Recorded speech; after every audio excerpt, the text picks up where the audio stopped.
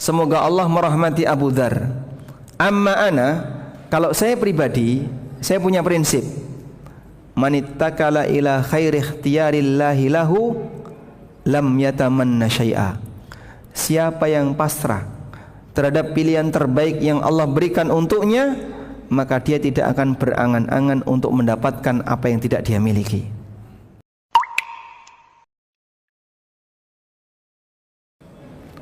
Saya awali dari hadis Jibril. Bapak hafal hadis Jibril?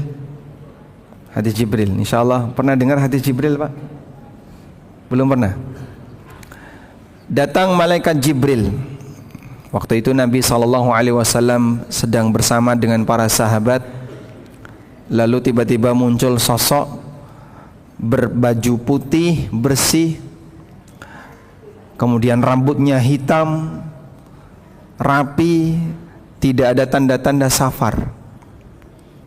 Tapi kata Umar bin Khattab, wala ya'rifuhu minna ahad. Enggak ada seorang pun di antara kami yang kenal dia. Bukan musafir, tapi enggak ada yang kenal. Tiba-tiba duduk di dekat Rasulullah SAW. Lalu Jibril bertanya kepada Nabi SAW tentang apa saja?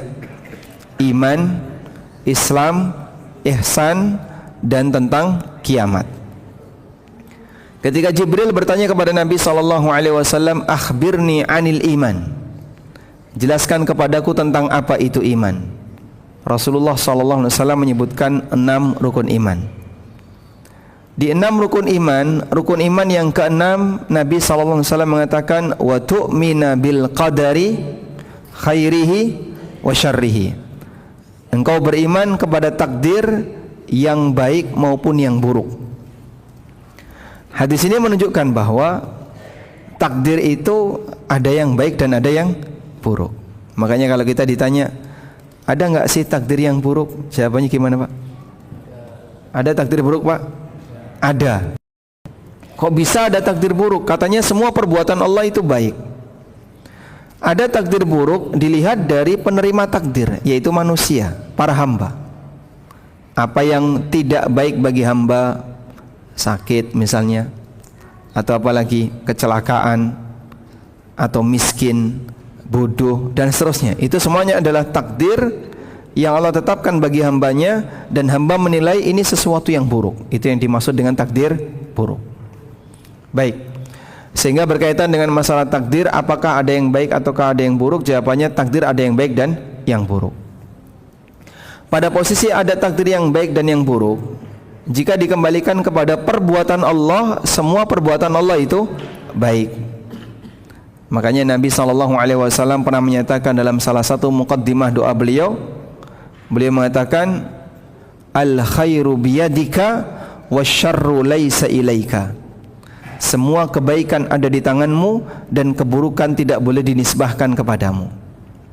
Maka makna takdir ada yang baik dan ada yang buruk itu dilihat dari makhluk yang ditakdirkan. Tapi kalau dilihat dari perbuatan Allah, semua perbuatan Allah baik. Selanjutnya, berkaitan dengan masalah takdir ini, ada kelompok yang menyimpang, yang gagal paham tentang rukun iman kepada takdir.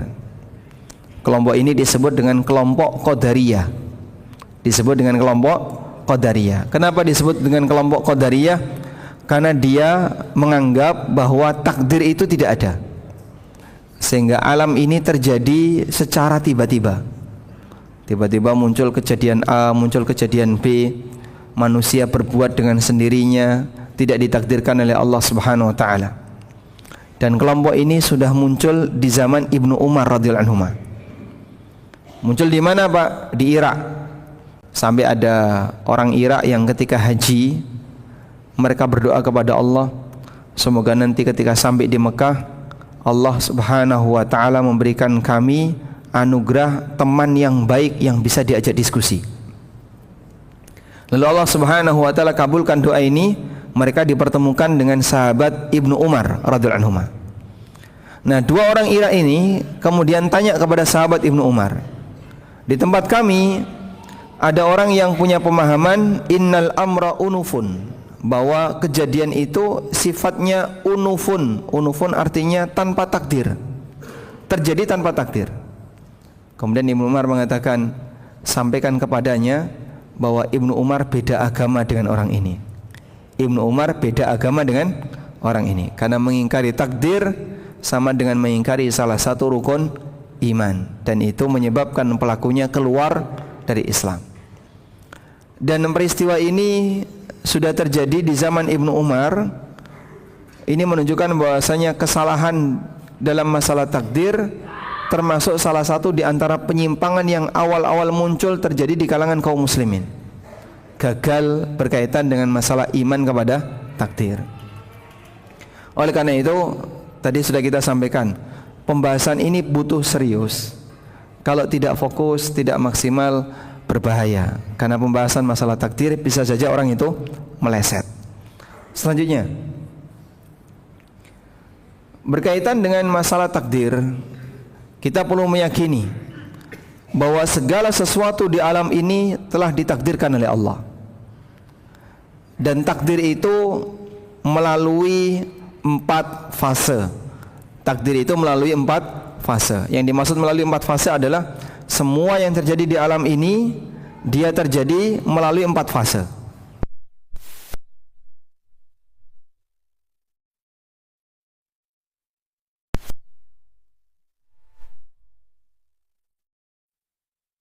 Untuk menakdirkan A, Allah berkehendak untuk menakdirkan B, Allah berkehendak untuk menakdirkan C, dan seterusnya. Ini disebut dengan fase apa?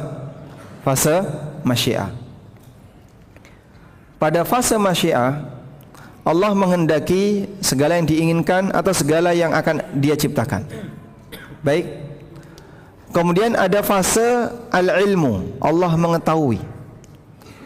Allah mengetahui segala sesuatu yang akan terjadi, walaupun itu belum diciptakan. Sehingga apapun yang akan terjadi sampai kiamat, Allah sudah tahu. Berikutnya adalah fase al-kitabah, fase pencatatan. Semua yang Allah takdirkan telah Allah catat. Di mana catatan itu? Di Lauhul Mahfuz. Sehingga pada fase ini Allah Subhanahu wa taala mencatat semua yang nanti akan Allah ciptakan. Yang keempat adalah fase penciptaan.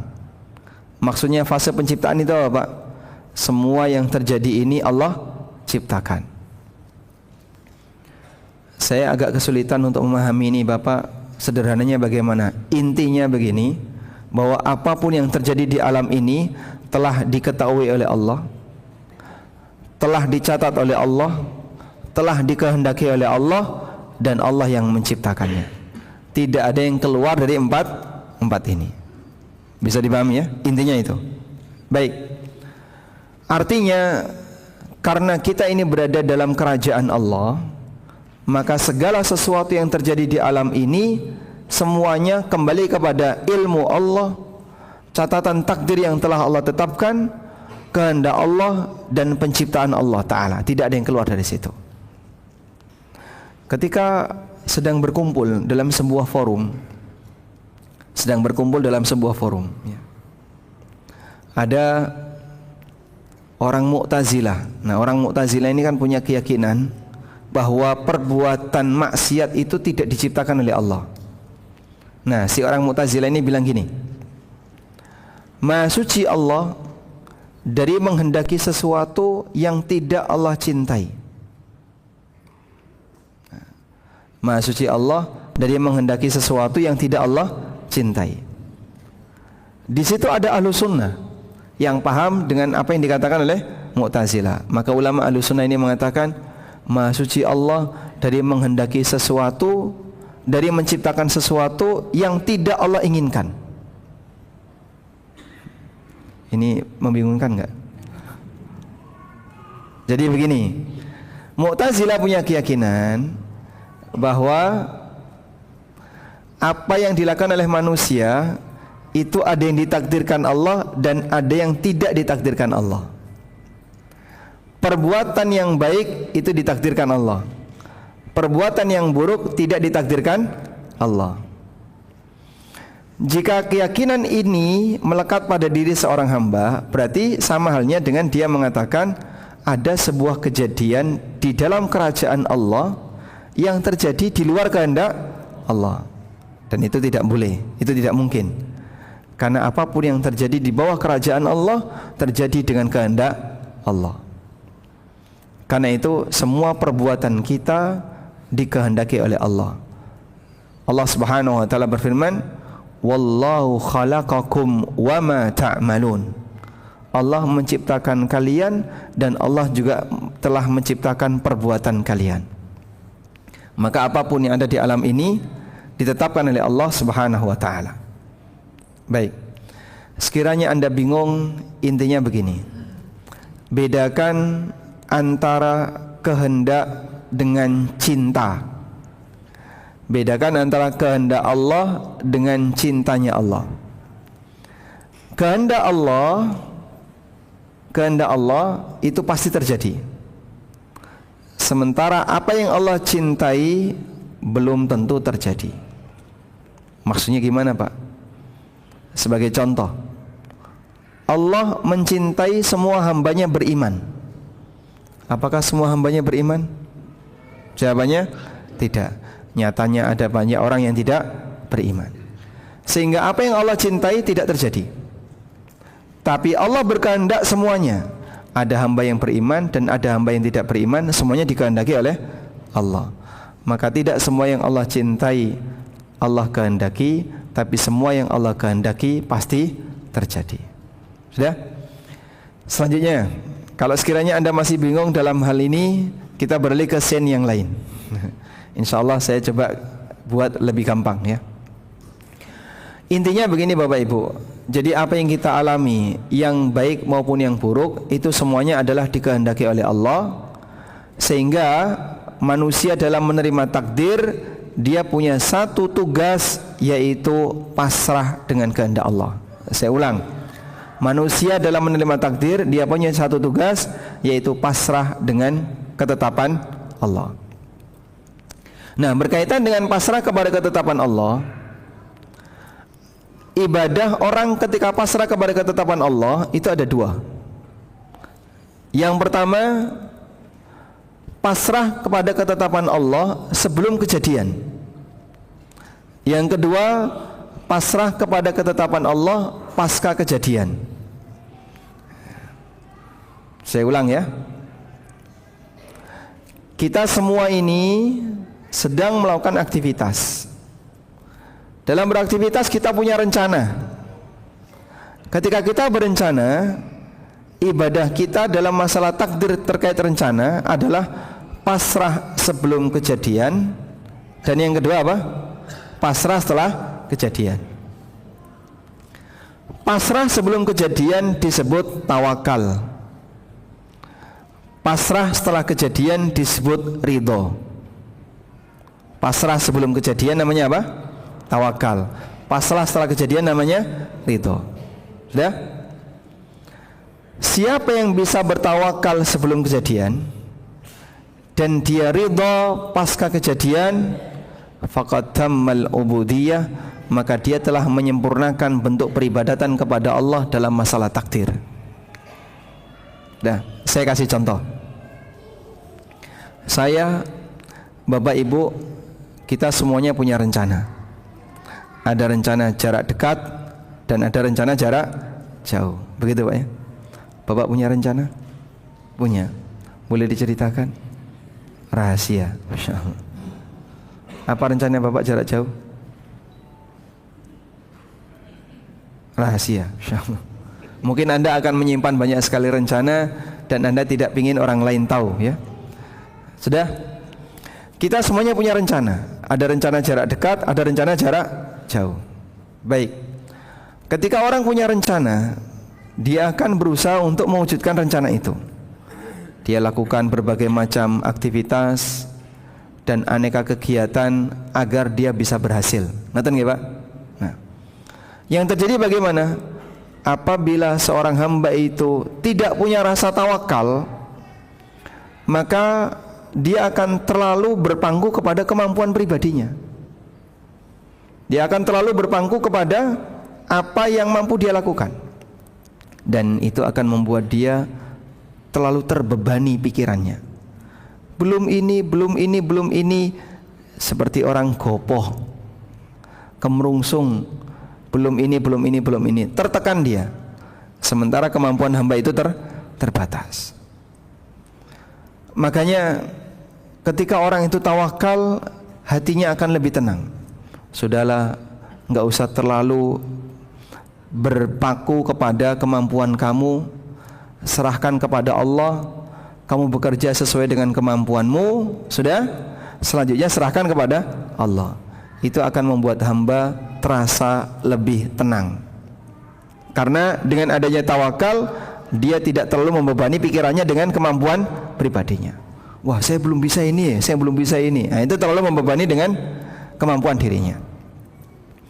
Sudah, kemudian dia melaksanakan rencana itu sampai pada hasil akhir. Di situ ada dua kemungkinan, antara berhasil atau gagal. Antara berhasil atau gagal. Baik, apa ibadah kita ketika kita berhasil? Ibadah kita ketika berhasil adalah syukur. Apa manfaatnya syukur, Pak? Orang yang bersyukur, maka dia tidak akan ujub dengan kemampuannya. Hamba yang bersyukur, dia tahu keberhasilan ini karena Allah, bukan karena kemampuan dia. Maka dengan syukur dia tidak akan ujub. Sebaliknya, ketika dia tidak bersyukur, dia merasa bahwasanya dia hebat, dia merasa dia berhasil karena keunggulannya, karena kehebatannya, dan seterusnya. Dan itu akan menimbulkan sifat ujub. Oleh karena itu, dalam Al-Quran Allah bercerita membandingkan dua tipe manusia yang sama-sama sukses, tapi nanti ujungnya berbeda. Pertama, Qarun. Qarun itu berhasil nggak, Pak? Berhasil. Dia kaya raya. Yang diceritakan oleh Allah Subhanahu wa taala, diangkat oleh orang-orang yang kuat. Ketika dikumpulkan hanya mampu diangkat oleh beberapa orang yang kuat. Nah, saat Qarun ini diingatkan untuk bersyukur kepada Allah, diingatkan untuk bertakwa kepada Allah dengan hartanya, si Qarun malah bilang apa? Qala innama utituhu ala ilmin indi. Aku diberi harta seperti ini ala ilmin indi, karena aku orang yang berilmu. Dan terkadang orang nggak sadar ngomong seperti itu, padahal hakikatnya dia sedang ujub dengan kemampuannya. Aku sukses itu karena aku ini orang ulet. Aku berhasil karena saya itu orang yang rajin pemasaran, pinter manajemen, pinter ini, pinter ini. Aku sukses ini karena aku orang soleh. Dari mana kamu tahu kalau kamu orang soleh? Sehingga dia memuji dirinya sendiri, menyatakan apa? Dia orang soleh. Mohon maaf, masih sering ada orang yang bilang ini rezeki orang soleh. Kalau lagi dapat kecelakaan, ini musibah ahli maksiat. Apa? Lagi dapat nikmat dari Allah, dia bilang apa? Rezeki orang soleh. Dan itu datang karena kesolehannya. Apa betul dia orang soleh? Wallahu a'lam. Lalu kenapa dia mengatakan dirinya orang soleh, padahal dia sendiri tidak bisa menjamin kalau dia adalah orang soleh? Insyaallah. Bapak orang soleh nggak, Pak? Nggak tahu? Atau bukan orang soleh? Baik. Orang yang baik tidak akan pernah mengatakan aku baik, karena dia tahu kekurangan dirinya masih banyak. Baik. Qarun ketika dia diingatkan, apa dia bilang? Innama utituhu ala ilmin indi. Aku diberi seperti ini karena aku orang yang berilmu. Aku punya seperti ini karena saya rajin tahajud. Aku punya seperti ini karena rajin poso. Dari mana kamu tahu kalau disebabkan rajin tahajud, rajin poso, terus usahamu lancar? Ada nggak yang bisa menjamin seperti itu? Tidak ada. Oleh karena itu, jangan pernah ujub, baik berkaitan dengan kemampuan duniawi maupun berkaitan dengan amal agama. Seperti misalnya orang mengatakan, aku berhasil karena rajin tahajud, aku berhasil karena rajin A, rajin B, rajin puasa, dan seterusnya.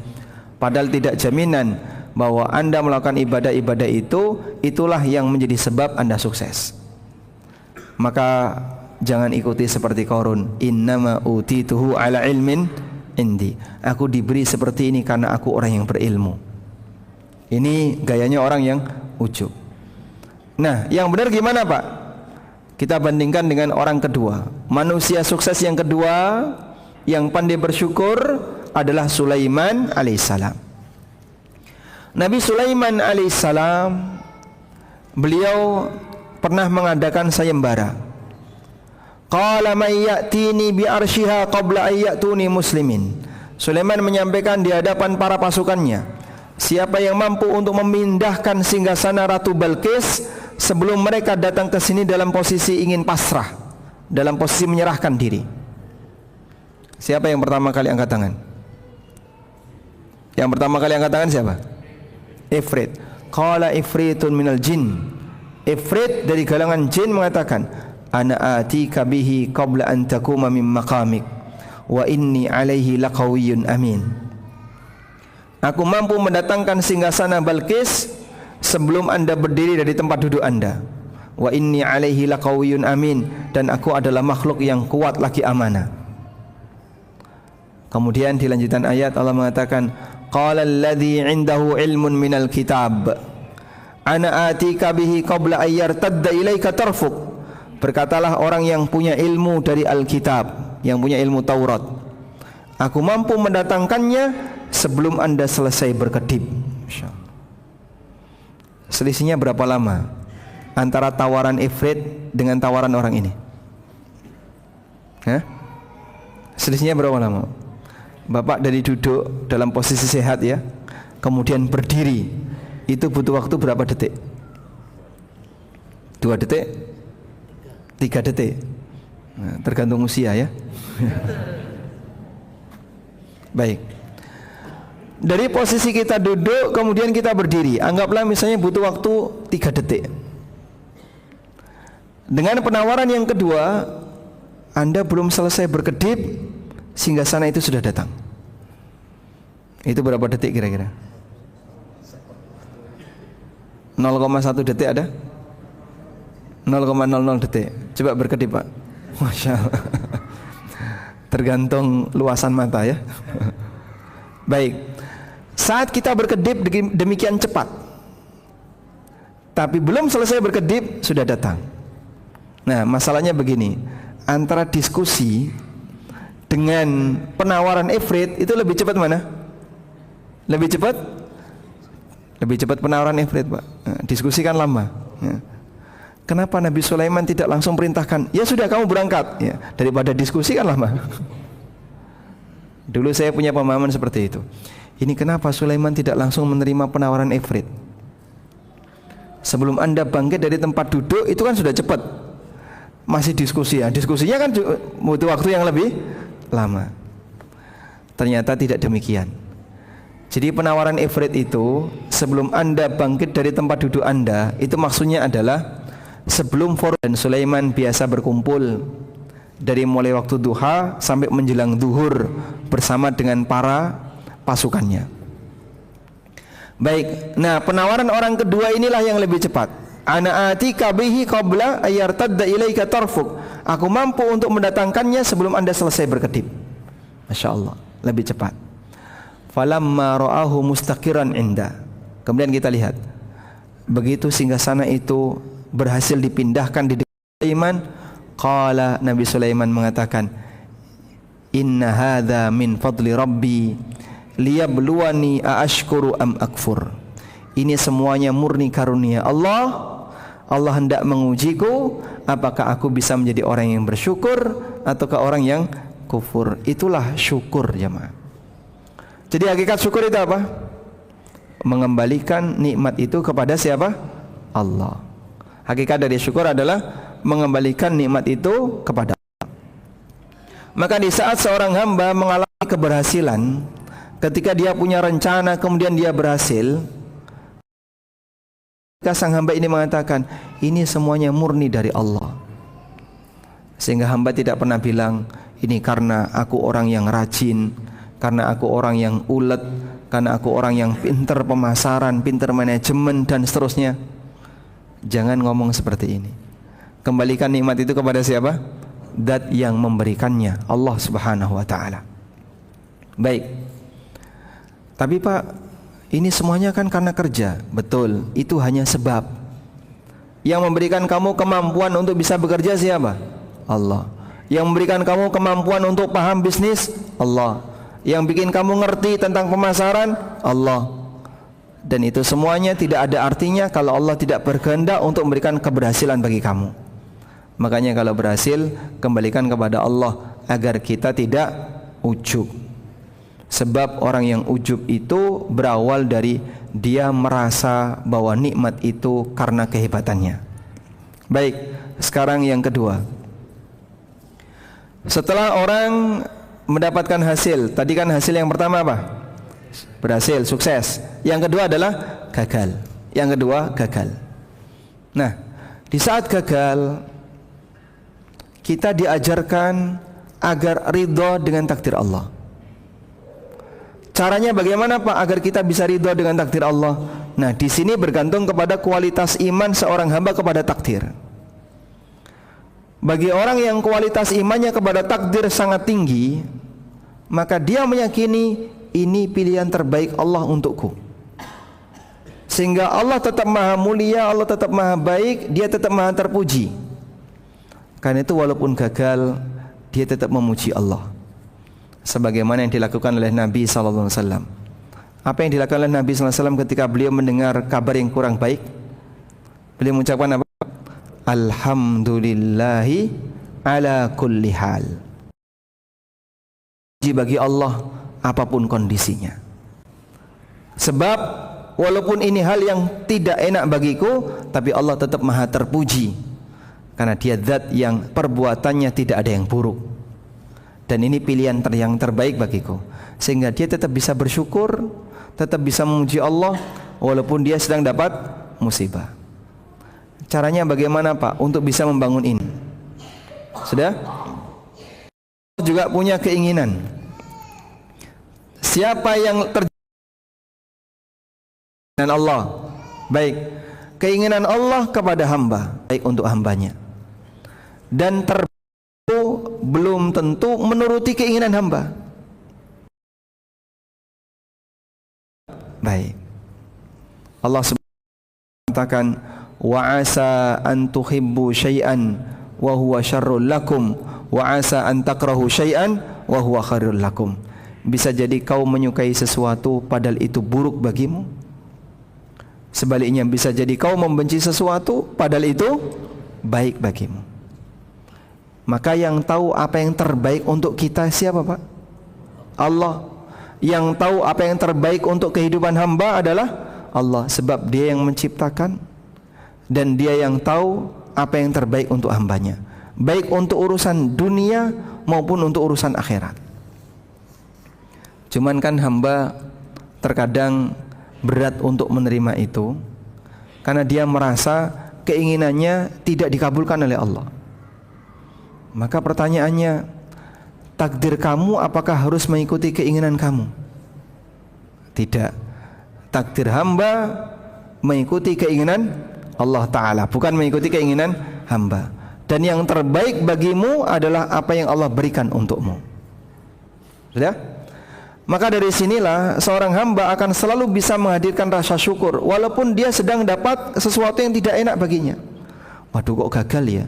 Tapi saya tetap memuji Allah. Alhamdulillah ala kulli hal. Segala puji bagi Allah apapun keadaannya. Kondisi yang kedua, sang hamba merasa ridho dengan takdir ini. Jadi ini di bawah derajat yang pertama tadi. Sang hamba merasa ridho dengan takdir ini. Dia meyakini ya sudahlah, ini takdir Allah, mau digimanakan lagi. Mau protes juga nggak bakalan bisa berubah. Mau protes, mau tidak protes. Sehingga sang hamba mengatakan, Allah, ini sudah jadi takdir Allah dan apapun yang Allah kehendaki pasti terjadi. Bapak Ibu, kalau orang punya dua prinsip ini, pasrah kepada takdir maka pikirannya akan lebih tenang. Di saat pikirannya tenang, dia tidak emosi. Orang kalau sedang mengalami kegagalan atau dalam kondisi panik, itu terjadi karena apa? Pikirannya tidak tenang. Sehingga kalau dia panik, pikirannya tidak tenang, dia tidak akan bisa mikir solusi. Makanya kita akan diajarkan ya, dalam kondisi genting atau dalam kondisi darurat, pertama kali yang dilakukan apa, Pak? Hah? Pertama kali yang dilakukan apa? Jangan panik. Tenggelam misalnya. Orang tenggelam kalau panik gimana, Pak? Makin tenggelam. Kenapa kalau orang panik itu makin berbahaya? Karena mikir solusi. Di dalam gimana kira-kira? Kalau teriak-teriak, ngelok, ketika kunci panik ini sudah kamu pasang sehingga kamu tidak panik, logika berfungsi. Kau akan bisa mencari solusi ketika kau tidak panik.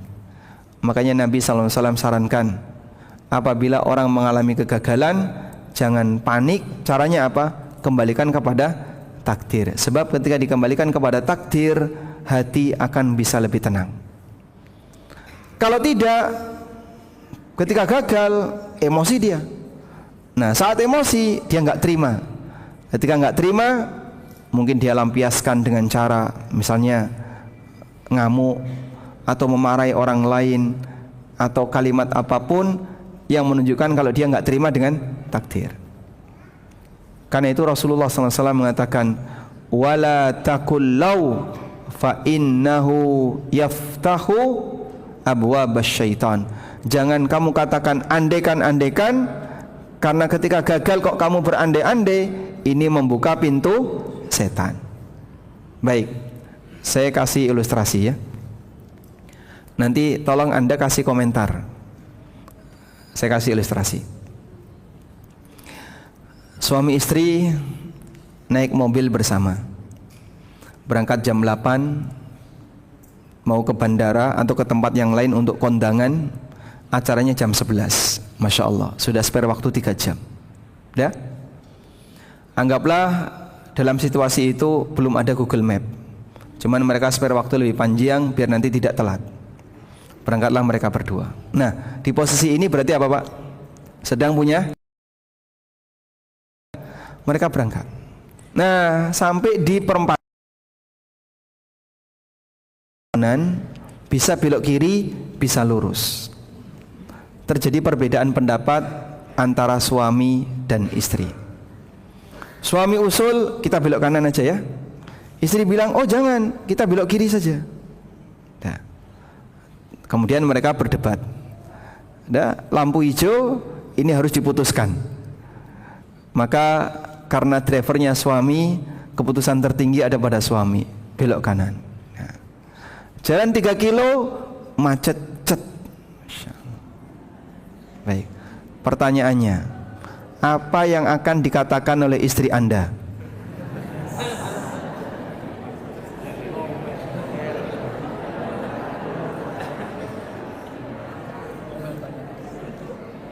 Kira-kira istri Bapak ngomong apa, Pak? Hah? Kandani ngeyel. Tuh kan. Kira-kira ngomong apa, Pak? Coba tadi, kalau belok kiri, andai kan kita belok kiri, kan gak macet kayak gini. Dari mana kamu tahu kalau belok kiri gak macet? Sudah? Coba, begitu dia macet, Masya Allah, wanita soleha ini bilang, qadarullah wa masya'a fa'ala. Sudah tenang bang ya, ini memang sudah takdir Allah, dan apapun yang sudah ditakdirkan Allah pasti terjadi. Abang nggak usah marah, nggak usah emosi, ini sudah jadi takdir Allah. Adem nggak Pak kira-kira Pak? Hah? Tetap adem? Adem, alhamdulillah. Sehingga dua orang ini tidak akan berantem, suasananya adem. Karena adem, mereka bisa berpikir solusi. Tenang bang, saya tak teleponkan patwal. No, itu solusinya. Dia akan bisa berpikir solusi ketika suasananya tenang. Tapi kondisi akan berbeda. Kita review lagi. Begitu macet, nah, tuh kan, coba tadi kalau ikut mama ke kiri kan nggak macet. Oh, dari mana kamu tahu? Akhirnya debat, suaminya nggak terima, istrinya marah, suaminya marah, panas. AC itu sudah paling low,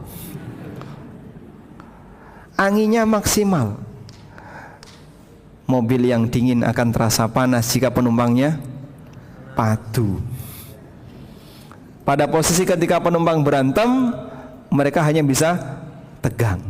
Mereka hanya bisa akan merasakan panasnya tegang. Baik, itulah contoh sederhana, Pak.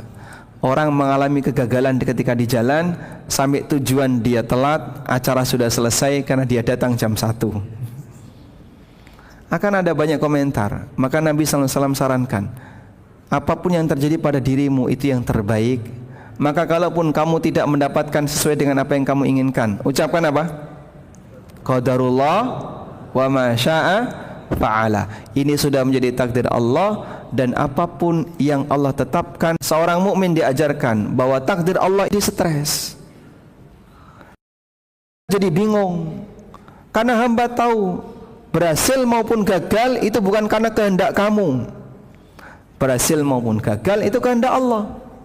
Dan kehendak Allah tidak mengikuti kehendak makhluk. Kalau kehendak Allah harus ikut kehendak makhluk, maka yang punya takdir siapa? Makhluk, bukan takdir Allah. Sehingga kau perlu sadar, apapun yang kau inginkan belum tentu diwujudkan. Dan ketika kamu gagal untuk mendapatkan keinginan, mohon dipahami, ini semuanya adalah kehendak Allah, dan kehendak Allah itu terbaik bagi kamu. Baik, kalau misalnya Anda saya tanya, takdir mana yang Bapak inginkan? Ya. Jadi orang kaya yang bersyukur atau miskin yang sabar?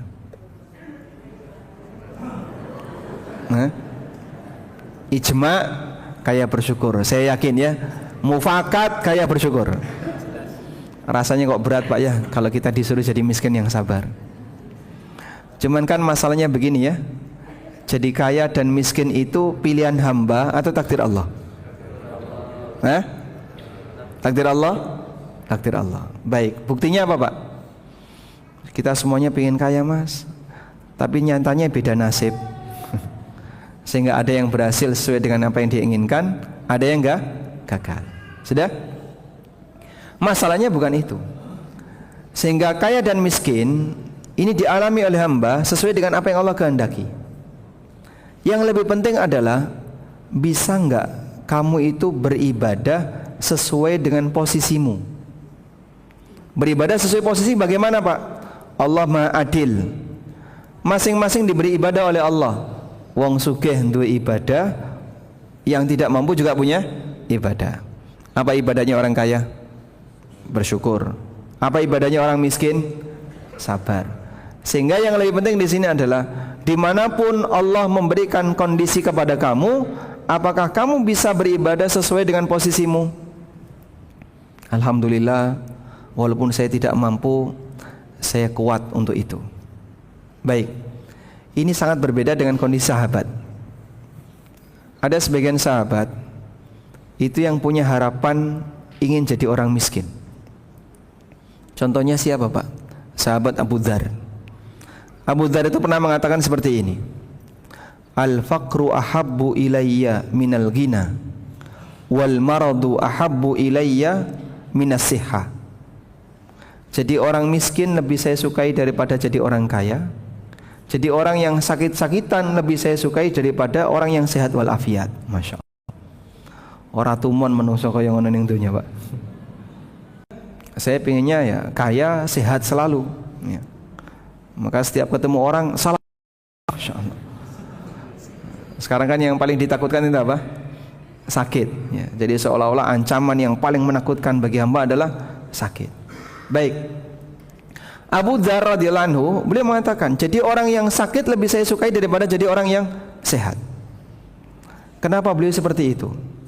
Karena Abu Dzar itu lebih bisa merasakan kedekatan dengan Allah saat dapat musibah. Saya itu kalau sedang dapat musibah bisa nangis, lebih bisa dekat dengan Allah, bisa bermunajat dengan Allah. dibandingkan ketika dapat nikmat. Yang belum tentu saat orang itu dapat nikmat dia bisa merasakan lezatnya ibadah sebagaimana lezatnya ketika dia dapat musibah. Nah, sisi itulah yang membuat Abu Dzar lebih merasa senang miskin daripada kaya. Cuman kembali lagi, ini bukan pilihan hamba. Makanya ketika perkataan Abu Dzar ini sampai ke Hasan bin Ali, cucu Nabi SAW,